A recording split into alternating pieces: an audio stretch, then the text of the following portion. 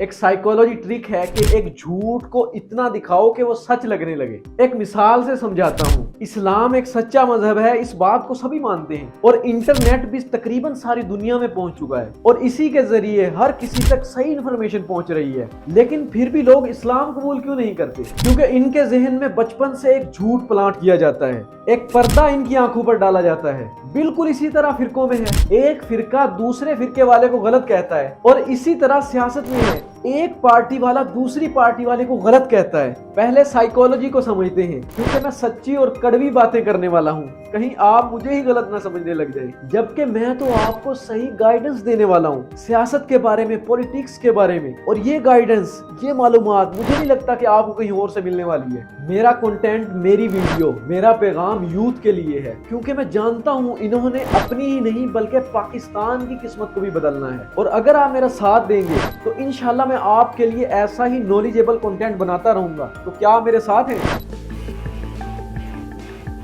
ہماری حکومت ہم مل کر بنائیں۔ بسم اللہ الرحمن الرحیم، ایاک نعبد و ایاک نستعین۔ میرے پاکستانیوں، یہی ہماری پہلی بنیادی غلطیاں تھیں۔ ایک بڑے ہی مزے کی بات پتہ کیا ہے؟ اگر آپ ایک اچھے دوست کے ساتھ صرف 11 منٹ بیٹھیں گے تو آپ کو کچھ لمحے کے بعد اپنی زندگی جنت لگنے لگے گی، اور اگر آپ ایک لائف انشورنس ایجنٹ کے پاس کچھ دیر کے لیے بیٹھیں گے تو آپ کو لگے گا کہ آپ کا مرنا ہی بہتر ہے، اور اسی طرح اگر آپ استاد کے پاس بیٹھیں گے تو آپ کو لگے گا کہ آپ دوبارہ سے طالب علم بن جائیں، کسی تاجر کے ساتھ بیٹھیں گے تو آپ کو لگے گا کہ آپ کی انکم، آپ کی کمائی تو بہت کم ہے۔ اصل میں بات یہ ہے کہ جیسی اینک پہنیں گے آپ کو ویسا ہی نظر آئے گا۔ اور اب آ جاتے ہیں پولیٹکس کی طرف۔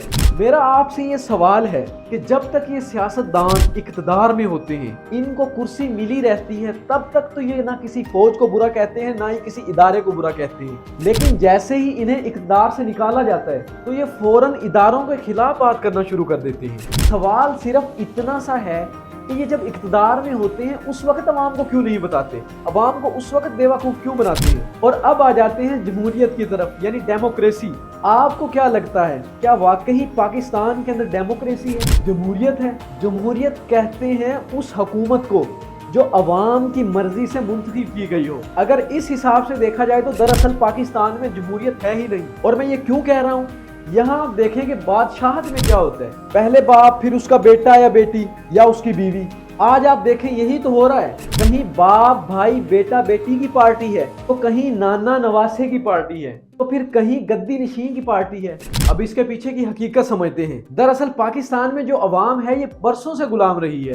پہلے آریہ آئے ان کی غلام، پھر مغل آئے ان کی غلام، اور اس کے بعد انگریز آ گئے ان کی غلام رہی ہے۔ اور یوں جب پاکستان کو کچھ لوگوں نے مل کر آزاد تو کر لیا، لیکن جو اس کی عوام تھی ان کے ذہن غلام ہی رہے، اور وہ اس غلام ذہن کے ساتھ ہی پاکستان آئی۔ سندھ میں آپ دیکھ لیں کہ ابھی بھی وڈیرا شاہی کا نظام ہے، اور اگر آپ پاکستان کو جنہوں نے بنایا یعنی قائد اعظم محمد علی جناح، ان کے بارے میں بات کریں تو ان کی ایمبولینس خراب ہوئی اور وہ اللہ کو پیارے ہو گئے، یعنی پاکستان کا بانی، اور ان کی ایمبولینس خراب ہو گئی۔ لیاقت علی خان کو گولی مار کر شہید کر دیا گیا اور ان کے قاتل آج تک نہ مل پائے۔ Pakistani Prime Minister Benazir Bhutto was shot dead. بے نظیر بھٹو کو شہید کر دیا گیا، ان کے قاتل آج تک نہ مل پائے۔ چلیں یہ سب کام تو ہے حکومت کا، اب بات کر لیتے ہیں کہ آپ کی کیا کمزوری ہے۔ سب سے پہلا سوال، فوج کس کی ہے؟ یہ پاکستان کس کا ہے؟ آپ میں کتنوں کے اپنے فوج میں ہیں؟ آپ میں ہر کسی کا کوئی نہ کوئی اپنا ضرور فوج میں ہوگا۔ اگلا سوال، اگر آپ کو موقع ملے کرپشن کرنے کا تو کیا آپ کرپشن نہیں کریں گے؟ آپ کو لگ رہا ہوگا کہ آپ نہیں کریں گے، جبکہ آپ تو آلریڈی کرپشن کر رہے ہیں۔ کون چاہتا ہے لائنوں میں لگنا؟ کون چاہتا ہے کیس ہارنا؟ کون چاہتا ہے خود کو غلط ہوتے ہوئے بھی غلط ثابت ہوتے ہوئے دیکھنا؟ کوئی نہیں۔ یہاں تک کہ اگر آپ کو پتہ بھی ہو کہ آپ غلط ہیں، لیکن بات جب آپ کی اپنی انا پر آ جائے تو آپ اپنے غلط کو بھی صحیح ثابت کرنے کے لیے ساری زندگی گزار دیتے ہیں، اور وکیل اسی انا کا فائدہ اٹھاتے ہیں، اور سب سے بڑا فائدہ یہ سیاستدان اٹھاتے ہیں۔ کیسے؟ آؤ بتاتا ہوں۔ آپ کو پتا ہے کہ ہر انسان خود کو ٹھیک سمجھتا ہے جب تک اسے حقیقت کا اندازہ نہ ہو جائے، تو یہی وجہ ہے کہ ہماری قوم کو آدھی انفارمیشن کے ذریعے بھٹکایا جا سکتا ہے، کیونکہ انسان کی فطرت میں ہے، ایک سائیکولوجی فیکٹ ہے کہ انسان ظاہری چیزوں سے بہت جلدی متاثر ہو جاتا ہے، تو اسی لیے سیاستدان آپ کو وہ چیز دکھاتے ہیں جو آپ دیکھنا چاہتے ہیں، گاڑیاں، روب، دبدبا۔ حالانکہ حقیقت تو یہ ہے کہ وہ سیاستدان آپ کا خادم ہے، آپ کے